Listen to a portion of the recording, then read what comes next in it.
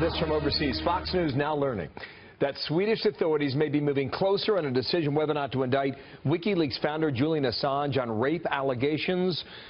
Assange has called those charges politically motivated. Remember, he's been in London for some time. That's where Greg Palkot is now back at his post, and we understand you're just back from Sweden. What did you find out there, Greg?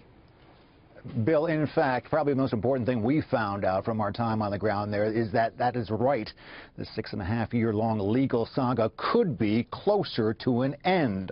The Swedish prosecution authority telling us that following their interrogation in November of WikiLeaks founder Julian Assange and his self-imposed exile in the Ecuador embassy, they are zeroing in on either indicting him for rape or letting it drop. This from an incident in Stockholm back in August 2010.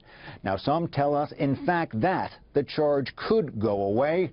Everybody says that all of this should have happened earlier. Take a listen. Absolutely most correctly would have been to have him arrested at once. And not to say he was accused, but just to talk to him. Just as a suspect. Some say, however, this could be charged.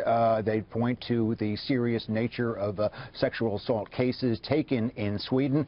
They also point to a lot of the time invested and maybe wasted. How does this tie into his statements, Assange meeting last week that he'd go to the U.S. after the granting of clemency to Chelsea Manning? How does that work now, Greg? Exactly, Bill. It's all interrelated. Initially last week, it seemed that, in fact, Assange might make good on his pledge to go to the U.S. following that Manning clemency.